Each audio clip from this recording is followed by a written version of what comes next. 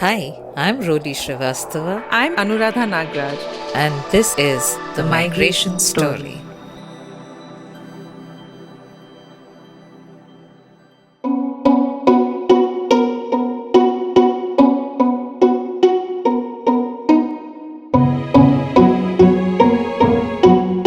Hi, everyone, and welcome to the Migration Story podcast. So, this is our first in a series of roundtable conversations that we are envisaging in the future as well. And in these conversations, we hope to bring people together from different disciplines to try and understand their work and views on migration. So I'm Anuradha Nagaraj. I'm a co-founder of the Migration Story, and I'm absolutely delighted to be part of this conversation today because the people on this panel are people who work in a medium that I'm probably least familiar with, which is the audiovisual medium. So I come from a massive background of print, and it's always very exciting to understand newer mediums. And also because these mediums obviously have a fabulous reach.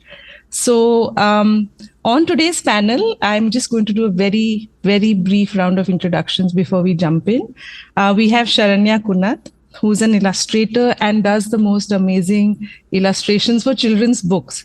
And before this podcast, I was sitting and just looking at her work, and I was actually reading a lot of children's books in the process.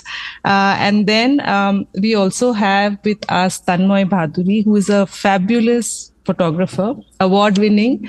And I've had the pleasure of working with him. We've sort of collaborated on reporting assignments together. And hi, Tanmoy, it's really good to have you here. He now is also a sort of dons the hat of a communication specialist and is with IWMI. So sort of bridges this whole gap between good journalistic reporting and also the social sector.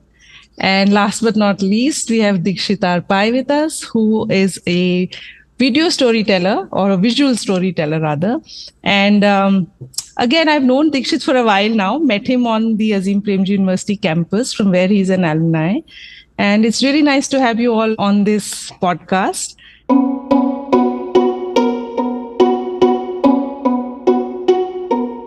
You know, the first thing I was thinking when I was, trying to imagine what we would all talk about was the fact that all of you do a whole lot of different things.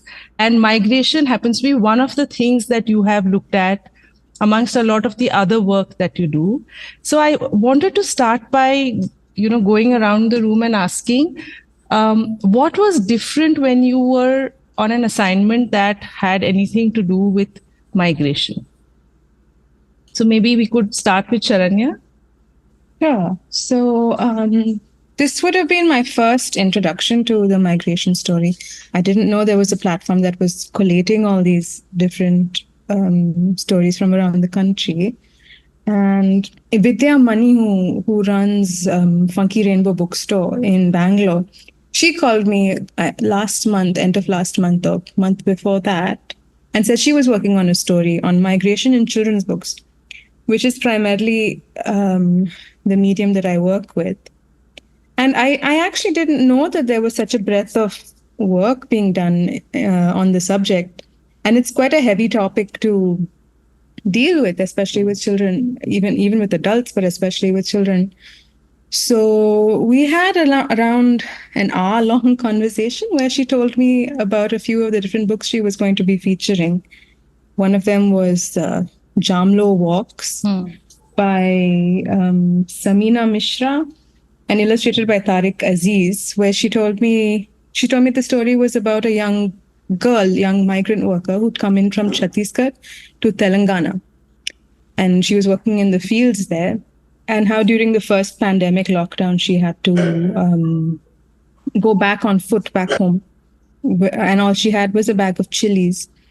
And she told me about how the storyteller, the writer, deals with the story and how at the end it's quite a sad ending, but you can't really show that in black and white to children. So it's left a little bit up in the air, a little vague. So she wanted the illustration also to sort of have a bit of a symbolic or abstract feel to it.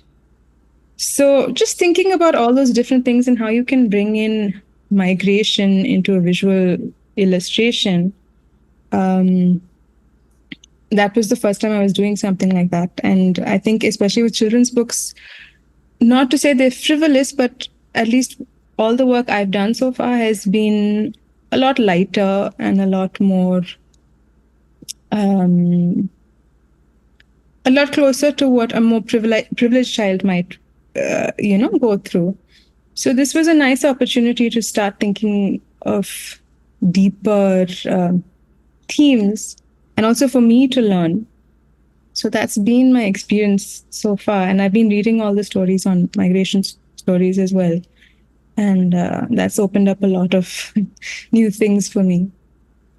Yeah, that's so true about children's books having a certain sort of texture and feel to it, particularly for young children.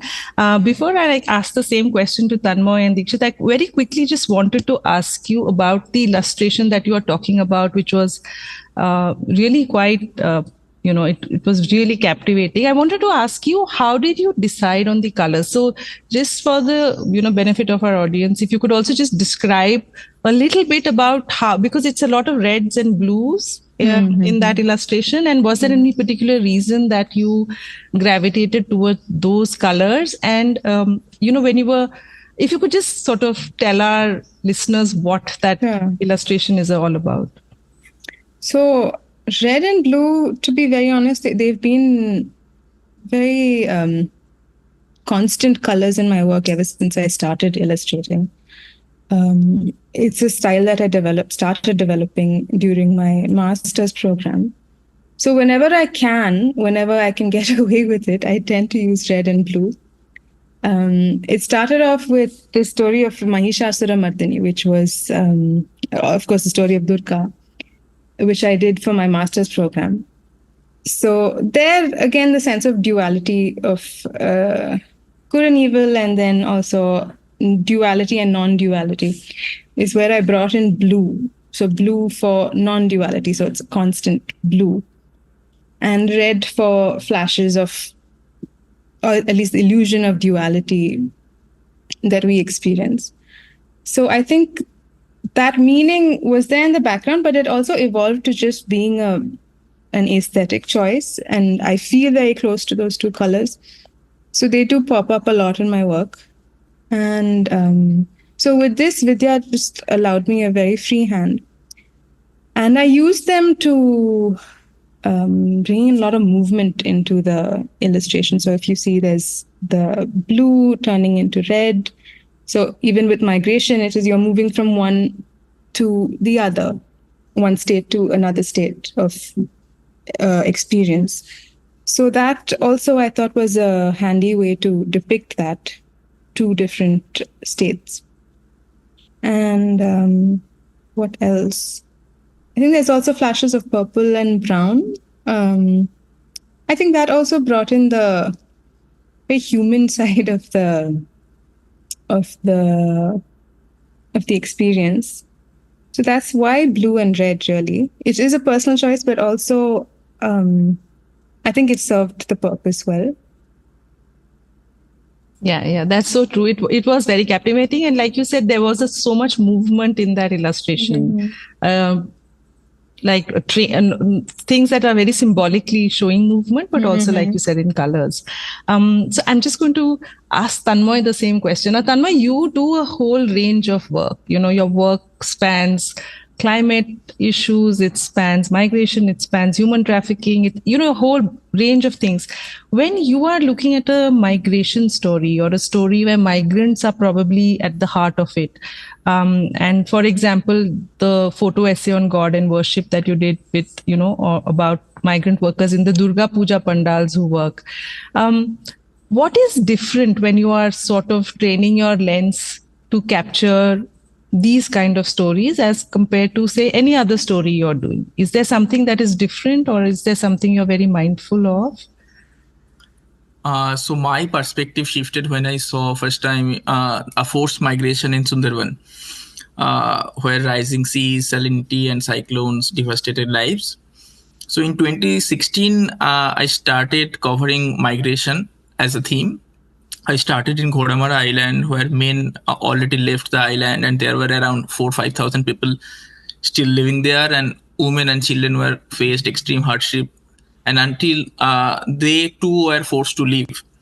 So that experience deeply moved me, and then I started documenting the migration. So I found that for me, migration is not just a topic, but sometimes it's a highlighting of a human cost of climate change.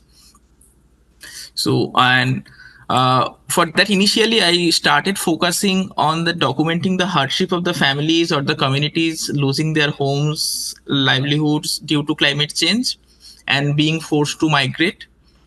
But over the time, I shifted to highlighting their resilience, how migrant communities adapt to these challenges like climate change or pandemic.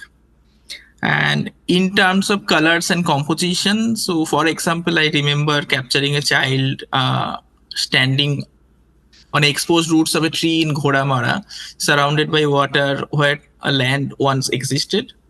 So this kind of situation is a stark portrayal of the loss and the damage happening through by the climate change.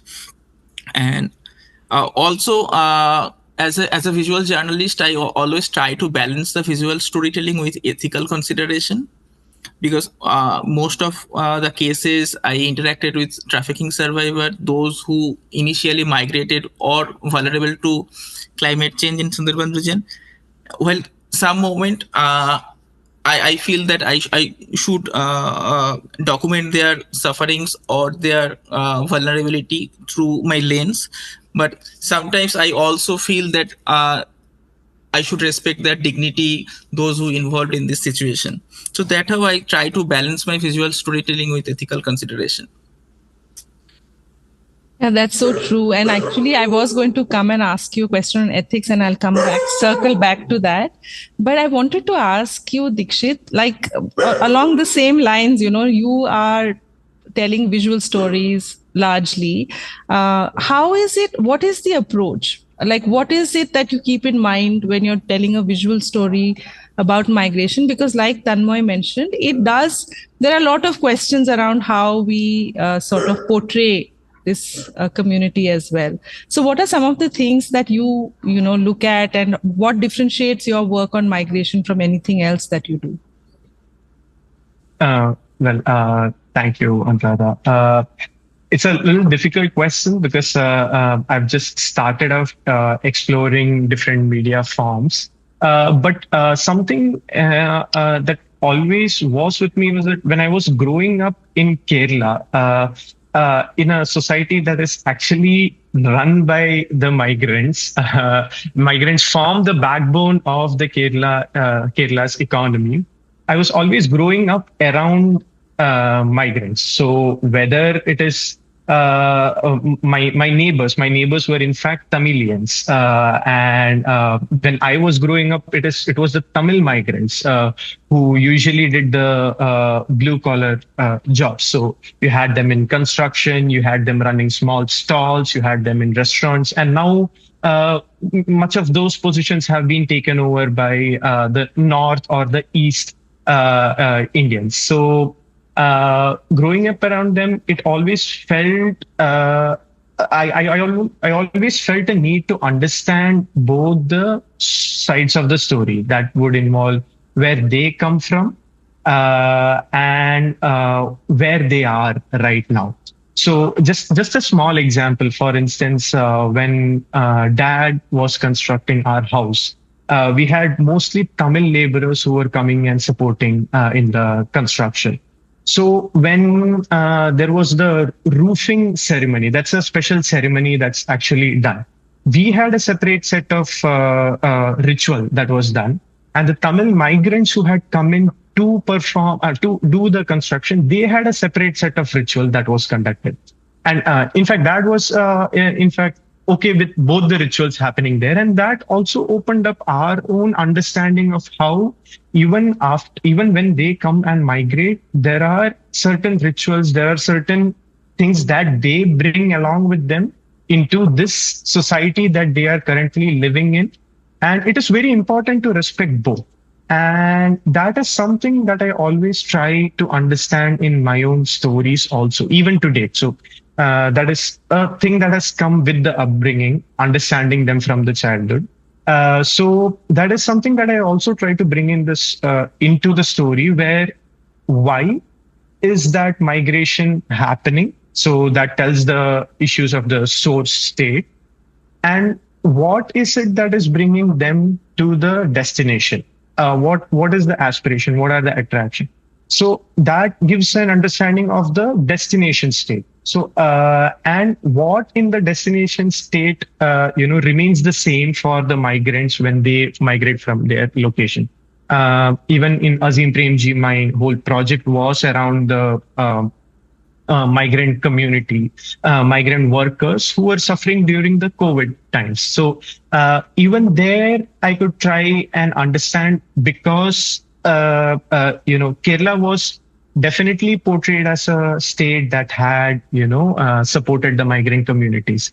But because of this kind of an understanding that I had since childhood, and to understand, I mean, it helped me develop a different understanding that not all was well, as it was portrayed in the newspapers or other media houses. And that is something I always carry with me, that I always sometimes try to dig in a little bit deeper to understand, is all well as it is portrayed in the other spaces, or is it something more that we need to really explore here? These are some things. Yeah. Yeah. No, that is so true. I think one of the things is that we do see a lot of migrants around us. And I think that is an experience all of us would have of just, they're right there. Like, it's not something like they're invisible, but like we say, they're there, but probably not as visible as they should be.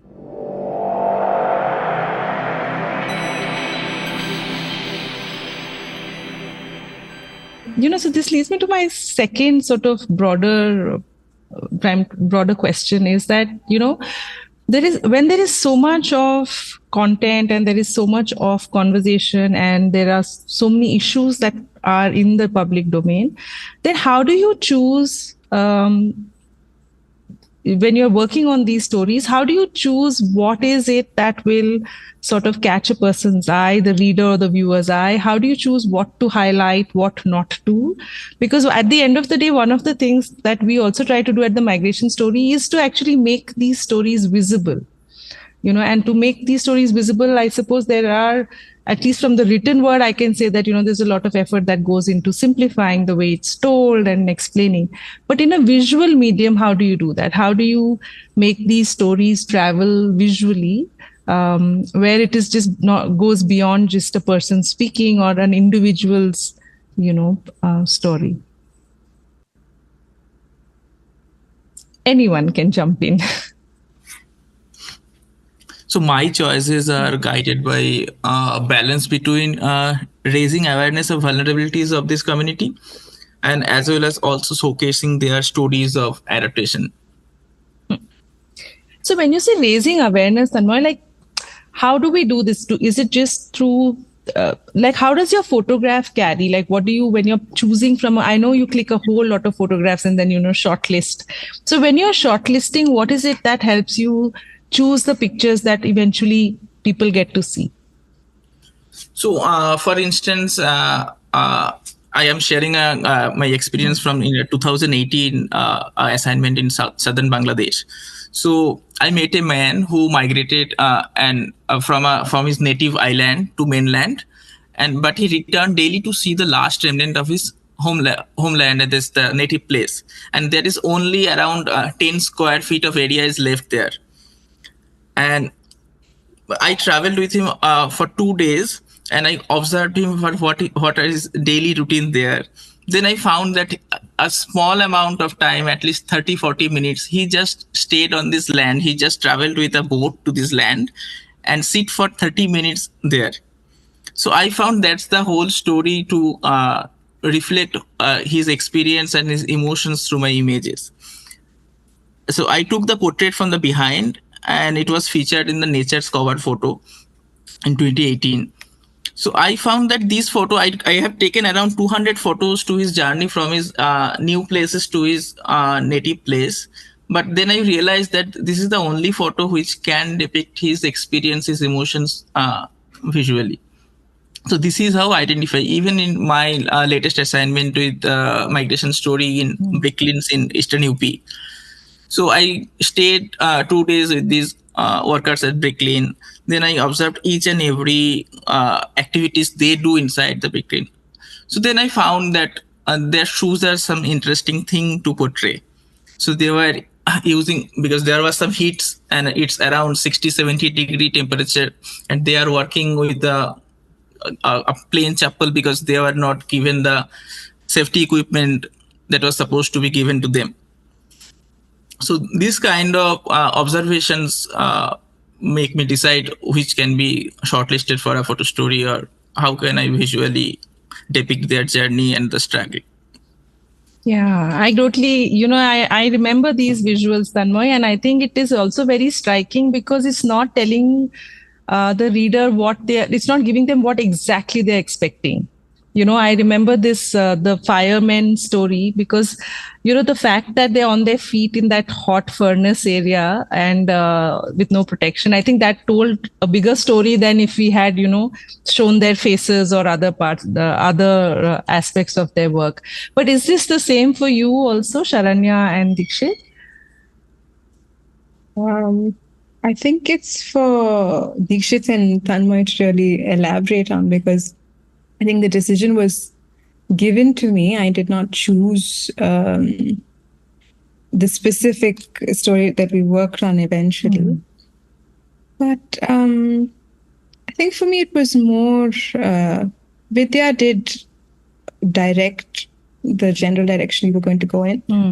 So something that I decided to do was, if you've noticed, all the people in the illustration are carrying their homes on their backs. Correct. And I have no experience of migration, but I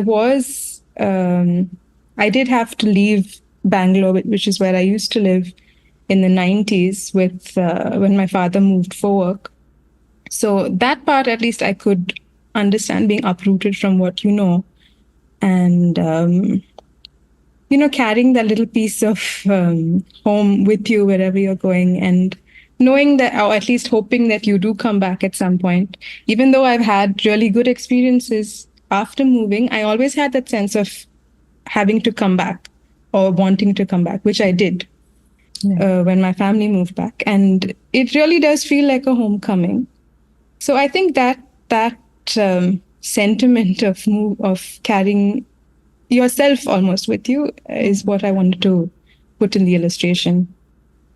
Which is very true, though you're saying this in a, saying that but actually that I think captured so much, because that's actually what migrant workers literally do. So if you, on many occasions look into those, they carry those sacks, right? Like those jute, plastic bag like things. And what they carry is quite, because they literally carry everything that they think will remind them of home, and of course essentials as well, a lot of things that they carry. So I think that sort of captured it really well as well. Deekshith, for you, how does it work for you? I usually don't choose stories. It's usually Rolly or Anuradha calling, like, do you have 5 minutes, Deekshith? We have a new story. No, but we send you many visuals, and it's like we flood you with a lot of things which can't be used as well. But it's so I'll just begin with a simple fact, because I work with the video editing space, and it's one of the most challenging spaces right now in the world. Average attention span now for every average viewer is 8 seconds. And say with the incoming of reels and other YouTube shorts, it has come down to say 3 seconds. So average time every person views, say, a YouTube video or anything is 8 seconds. So average time span for a goldfish is 9 seconds. So if somebody now says you have the attention span of a goldfish, it's a compliment, in fact. So when you see that, and then you are given an assignment to make a video of say 5-6 minutes, it becomes a challenge that how can I keep my viewer viewing this particular video for more than 8 seconds, say 30 seconds, 1 minute also. So something that I use in all of the videos I do for migration stories or for anything else is to bring in the most important striking feature forward. It could be just a staggering number. It could be just a quote, a very, very interesting quote. And that you see across content creation right now also, that, hey, did you know that these are the last surviving headhunters in India? Now, who are the headhunters? Where are they from? All of that comes towards the end. But the whole fact that people are just amazed with what that headhunter, that whole phrase itself brings you the viewership. So something that I also try to bring in is when you send, or say any other people send those interviews and quotes, I try to bring in what is the most important factor that might strike the viewer. And even I start thinking as a viewer, what would I be interested in if this video was to come in my YouTube feed? Say, for instance, just now had the Pachgaon video that talked about the bamboo and the Forest Rights Act. Now, if I start with, say, where is Pachgaon, or say bamboo that is being traded there, probably people will not even wait for 8 seconds. But the most interesting factor over there was that the village just made 37 lakhs last year as their profit. And you bring that number in the first 8 seconds, people are ready to watch it for the next 10 more seconds to understand what Pachgaon is, where Pachgaon is, or what people do over there. So those are the things, or it could be even a quote. There was the Zendepar video from Maharashtra where the woman says that we make more money from the forest produce than agriculture, which is interesting because people always think that, oh, it's a village. Village means agriculture. So agriculture is the main source of income. But no, it's not. So this is basically going against the convention, normal convention, and that actually holds the attention of the viewer. And that is something I always try and see, that can we bring in such numbers and then utilize some, editing techniques like some fast cuts or some flashing numbers in front and, big bold fonts to bring that. And then you immediately have the attention and then you carry on with your storytelling. Yeah. Right. Yeah, that's true because I see what you say now that you say it. I'm visualizing your videos again, and that's true. That's what gets people's attention. And 8 seconds seems awful, but it's true, I guess.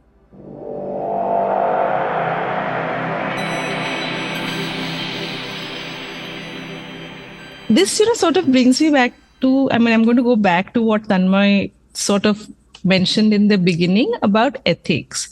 Now, and this is for all of you. Like, there are obviously a set of ethics for visual storytelling in any case. And it's true, I guess in your case also, Sharanya, even if you're illustrating a children's book, whether it's about, like I was saying that you did illustration for a book on a cobra in my kitchen to history of South India, these are also very diverse, but there are certain basic ethics that you follow. And so one is the ethics of visual storytelling, but also, and within that, the ethics of telling complex stories like that of migration, or stories which impact large marginalized populations.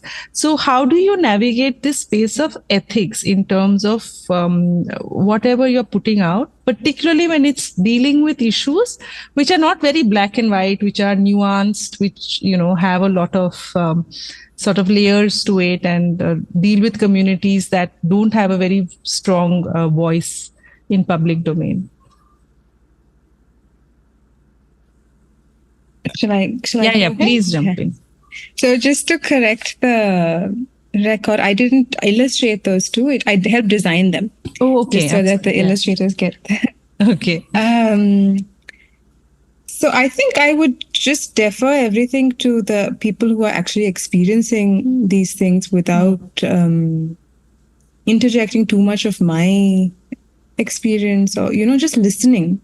I think that would be most important for me. And when you listen, you have as much more information to work off of when you're translating that to a visual medium. So I think listening is the most important thing. That's how I would approach it. Okay. And Tanmoy, Deekshith? So this is the one of the biggest challenge in telling migration stories visually, that the respecting the dignity and the privacy of the community or an individual while portraying their struggle. So I have to be always very mindful of the potential impact of my work on their lives. So ensuring that the visual or the photographs or the video clip and then my narratives do not expose them to any harm, because they are already vulnerable and they lost their homes or their livelihood, anything. How do you kind of so what are some of the things you sort of are mindful of, Tanmoy? Because I know that ethics is also it's a very vast space. There's a lot of personal ethics that also comes into these situations. But what are one or two things that you keep in mind, like you said, to protect their dignity as well? So first thing that if the person is not interested to be photographed, so I don't photograph him. So first I interact with him, then I open my camera in front of him. First interact with him and identify the human story in his story, which is the human angle I can take, or is there anything that I should document out of it. Second thing is, if there I met several people, those who migrate or trafficked, those are below 18. There are some legal thing rather than ethical. So in that case, we have to take consent from those person, from their guardian. And if they are above 18, in that case, I try to protect their identities, taking photographs from the behind, or taking something when they are working or they are doing, rather taking a straightforward kind of photos, looking at my lens and projecting that these are they are the victim or this kind of thing. So rather projecting them like they are also showing resilience and how they are working in a different place and different space. Right. And Deekshith, for you? So I haven't worked a lot on original stories. So in the sense, something that I wrote or I researched on my own. But something I am mindful of is to not exaggerate certain facts. So for instance, when you start making videos, which I have seen in few other videos also, when they trying to bring in the what I spoke last time, the attention grabbing factor is to bring in certain exaggerated facts or exaggerated figures that can induce certain emotions, raw emotions into the viewer, or to try and bring in certain sympathy into the thing. So that is something that I'm very mindful of, that I don't try to bring in, lose the whole dignity of the labor that the migrant worker tries to bring in the field. So that is something I'm always mindful of. The other thing is, again, when I photograph, I think Tanmay also just spoke about, is to bring in the whole setting, the whole workspace, or to bring dignity to the person who is being photographed in that particular space. It goes into as simple as, I think Tanmay also can add, is that certain times when we start photographing, say, people who are working on the ground level, for instance, say carpenter or like a potter, you generally tend to photograph it while you're standing, and that gives a top bottom angle, and which gives a different feeling to the viewer. Actually, the same thing when you do it from the ground level, sitting with the carpenter, sitting with the say the potter over there, and photographing the whole space, you get the whole area over there. And that brings in a lot more dignity, because you are showing the person working along with the space, at a level where the viewer feels I am also with the person when you look at the photograph.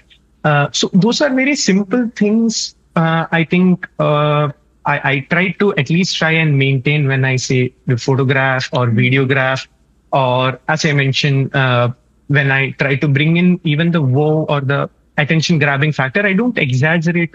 I just be mindful that I don't exaggerate certain facts just to get those couple of views extra. Right. And does this change? Does the visual medium and what you're trying to convey change drastically based on the audience? So, for example, Sharanya, if you're normally, working on children's literature and books, and then you're doing a piece which is for a more broad-based audience, was that a consideration in your mind that, okay, this illustration which is accompanying a story on children's literature and migration is not necessarily for children to read? So how do you sort of, was that a consideration, and then how do you work for different audiences then? That's the larger question. Yeah. It definitely was. I would not have done it like this if I was doing it for children. And I think working so much with children's books, I've not lost touch, but it's not something that I get to do as often to illustrate for an adult. So I think it was a lot less, like in children's books, you'd have a lot of exaggeration of gestures, colors.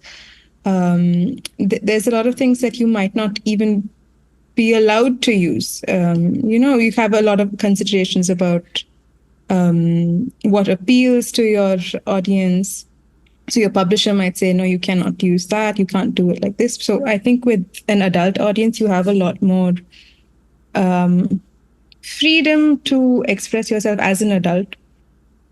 So I think the colors I used were also more for a more mature audience that might not have appealed to children as much.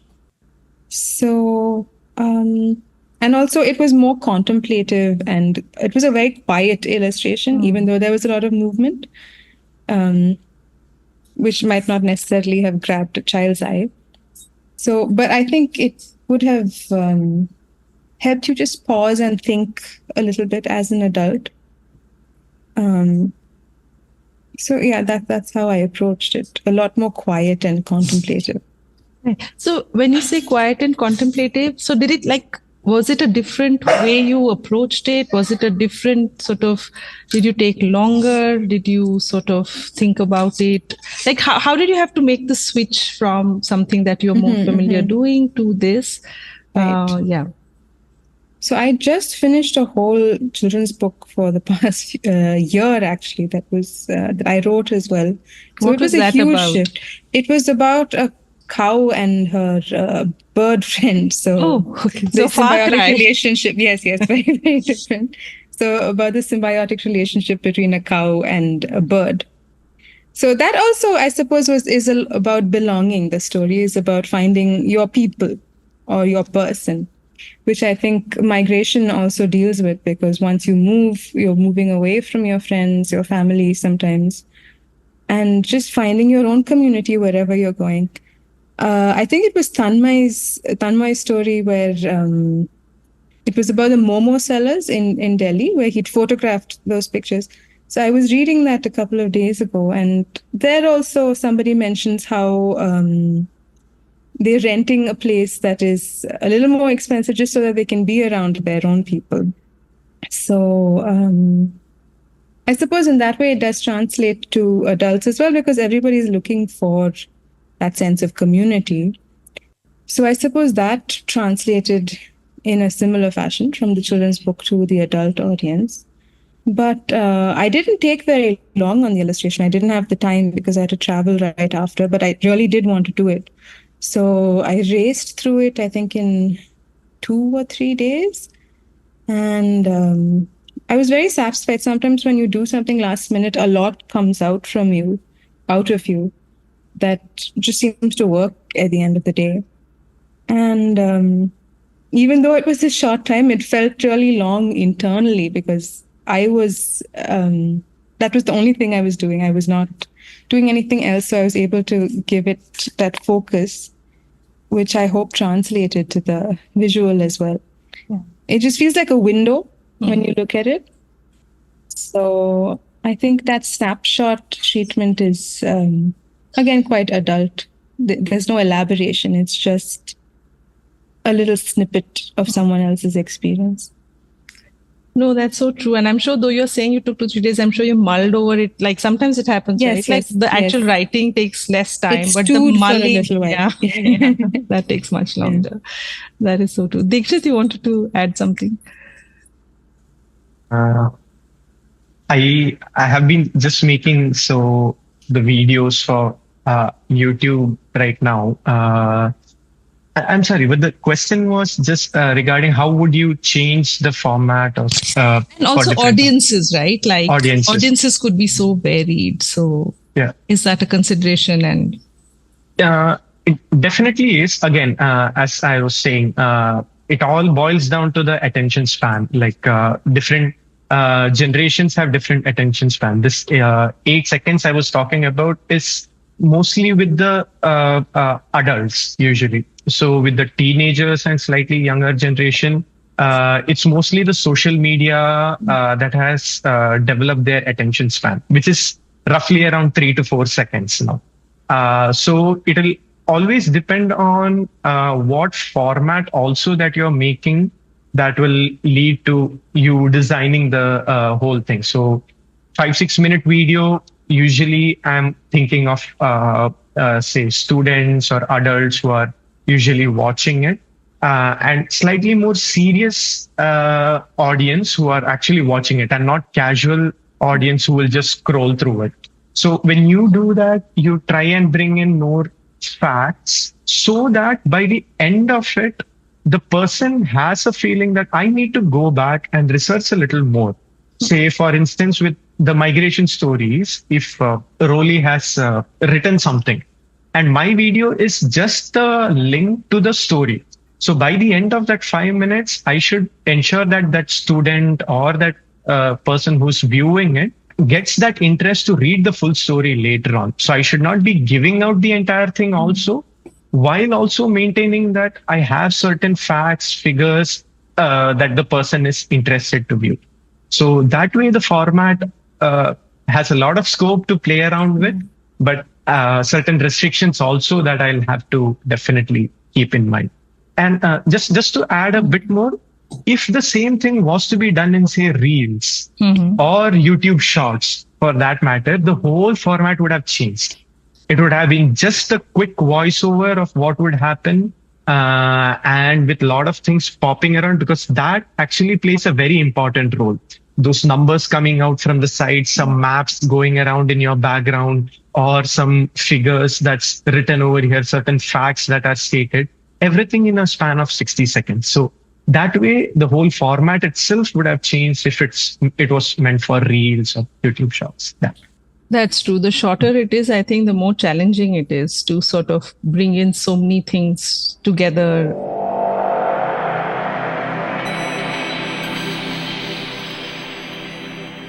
I'm going to try and wrap this. I'm very mindful of the time. But I did want to know, like all of you have had some brush with migration in big ways, smaller ways, through work or personally as well. Is there a story that you wish would be out there, like something that is compelling that hasn't been told? And also, if you were to be collaborating on a story, particularly with the community of migrants themselves, like directly doing it, what would be your ideal form of collaboration, given the visual medium, of course? Like, how would you like to sort of, this is like, leap of faith. So your ideal situation on what it should be.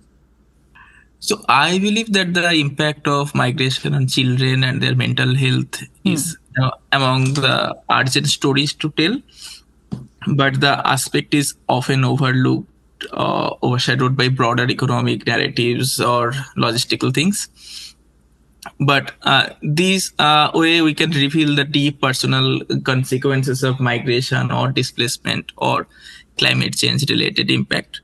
Like stories of how children's education is disrupted, how women bear the brunt of the family when male migrate for better opportunities, and how the mental health challenges affect these children.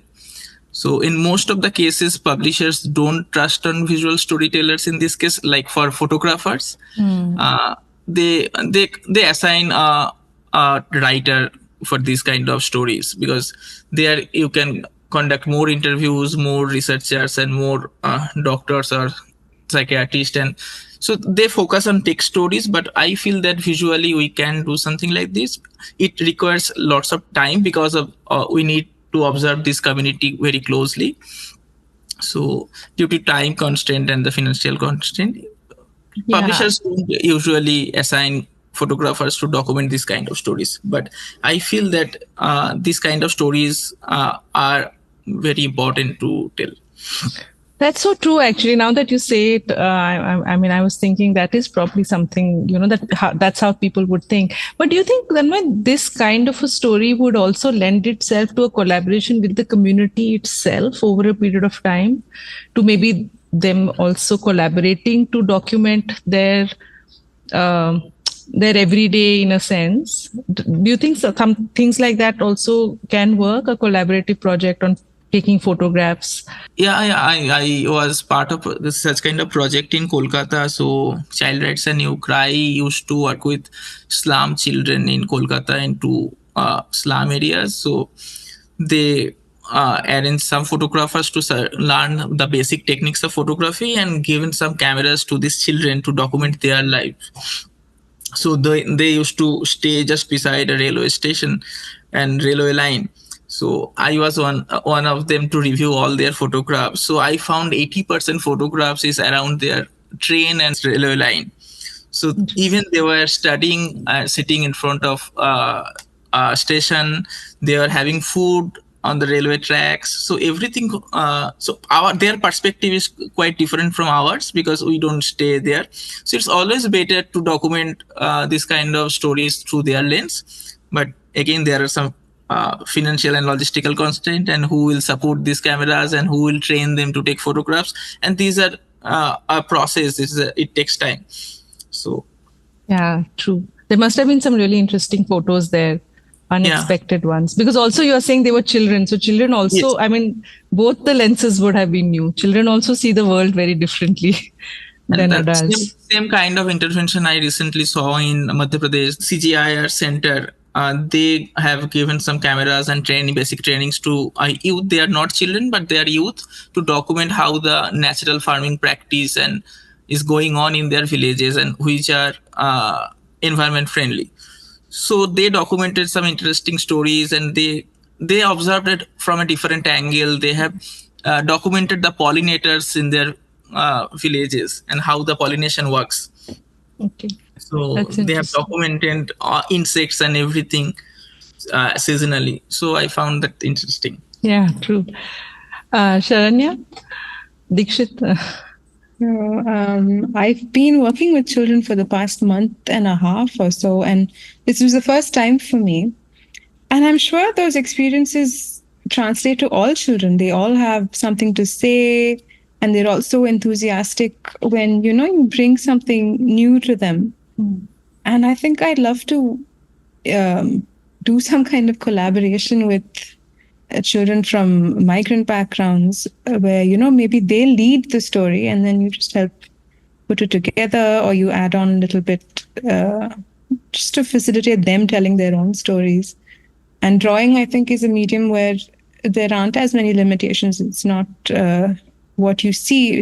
You can translate what you're going through internally as well, sometimes in even happy, funny ways. It doesn't have to be about them being sad all the time. True. So I think using that as an outlet for these children would be quite interesting. Yeah, that's absolutely true. In fact, a lot of migration stories are actually happy stories also. A lot of times they come, and like you were saying, they come. And also it's about food. It's about a lot of things they do. They bring a lot of things to the city. Like, you go to your neighborhood market on a Sunday when there are a lot of migrant workers around. It has a different energy, which is not sad. as sure. most people think it. Yeah, no, but that's really interesting. I'm sure, drawing with children, and it sounds fun. I've seen some amazing things for the past few months. Yeah, sounds interesting. Dikshit, video though is everyone is now shooting stuff, so It's difficult, but I think all stories are important, but something personally I would really want to work with is also because before starting my freelance, I was working for 2 years in the Northeast. A story that has been, something that I want to always work on was the internal migration within the Northeast. So you have certain cities that are, infrastructurally developed, like you have Guwahati, Dibrugarh, Itanagar, Jorhat, or Dimapur for that matter. And how within these 6 to 7 states, how there is migration to these particular spots from different tribes of these states. And it may be for education, it may be for work, or it may be even for some kind of facilities, say for instance, internet cafes, you might have to go to the other place, the short-term things also. So what I want to also document over there is there are certain complexes. So there is a general notion that within tribes, there is no hierarchy and issues like that. But when I was working there were certain hierarchies within the tribes, and especially within the tribes that are locally there, as well as the tribes that have migrated to that place. So stories along these lines, I feel haven't come out yet. So to bring out certain, facts about there, and why certain villages, they are naturally resource-rich villages across Northeast, and yet due to lack of infrastructure, due to transportation, due to lack of government facilities, they are forced to migrate. And in certain places where they are self-sufficient because of, certain globalization and, excess of probably development, I don't know the right terms to use, they are now forced to migrate. They can't depend just on their traditional livelihoods. So just to bring in these kinds of stories from the Northeast, there's some dream project of mine. So hopefully someday it happens. Well, I hope you do it, because there are, that is one region from where we don't hear enough stories. There's always much more that can be told from there. And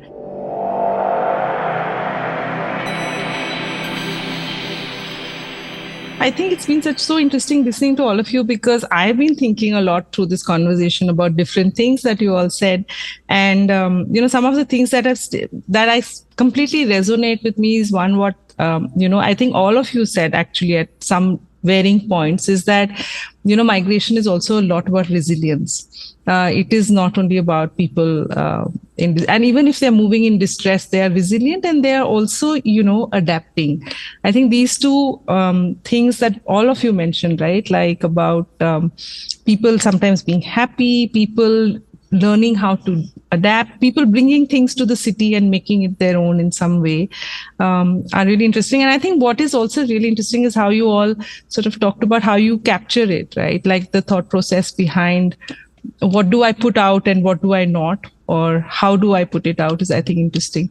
For me, it was really interesting because I think very textually, like I'm always thinking words, and with words, you can add a whole string of words to convey one thing, which, like Tanmoy said, but a picture with that person standing on that small, going every day to that small piece of land and sitting there, probably is also open to so much more interpretation. I think that is one thing I took away from all of you, that all your work also, is reflective, way more reflective for the audiences. So thank you so much. And if there's anything else you would like to chime in with, please do. If there's anything you want to know from each other about each other's work, if there's a recommendation you want to give our listeners about something they must read, must watch, must see in the visual medium, please do. And then we'll wrap it. I just want to add that we have a notion of migration or migrant workers or a migrant community, that those who live in the footpaths or slums or something like that. People don't identify me as a migrant, though my parents, though my forefathers were forced to leave East Pakistan and then settle to Kolkata. Even today itself, I moved from Kolkata to Delhi. It is just because of migration. This is not counted as migration. So people, these publishers and editors have a notion that they will only take stories from the climate impacted groups or climate change impacted groups or economically vulnerable groups, but there are stories of migration from people like us as well, because those people live in the cities and working in the whether corporate or in a decent job. They also have stories from their migration. So that's very true. Yeah, and there is no such platforms to publish this kind of stories, and there are language related challenges from people from the east traveling to southern part of India. They have language related challenge. There are food related challenge.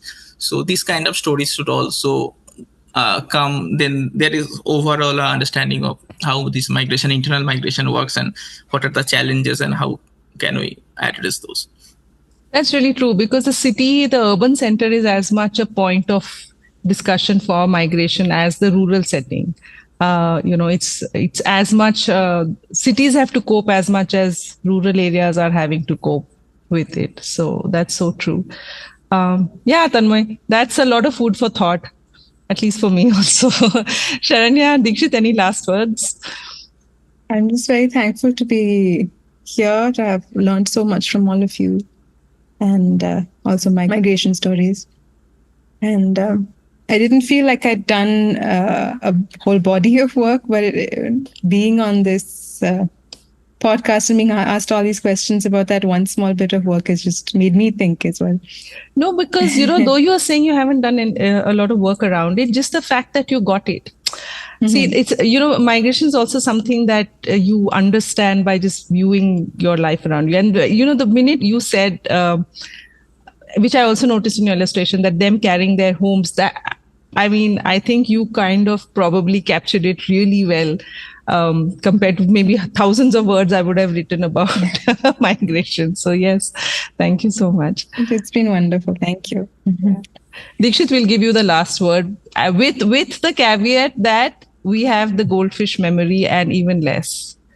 Please like, share, and subscribe this Migration Story podcast. Please watch all our videos that we work really hard to make.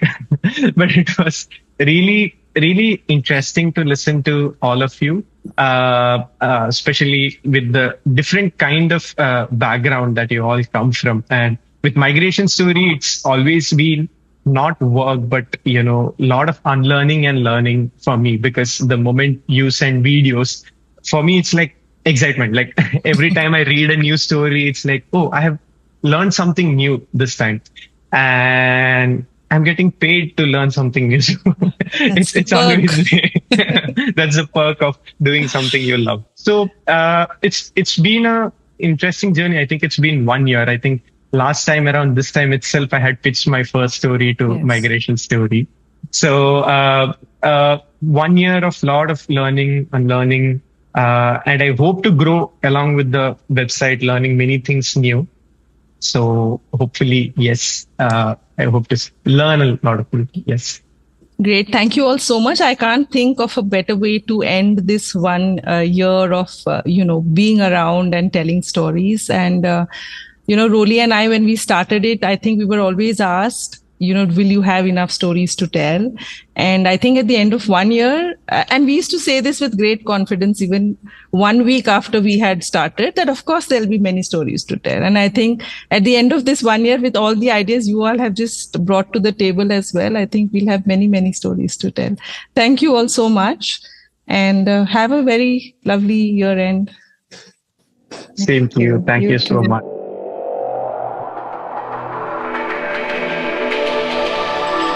The Migration Story.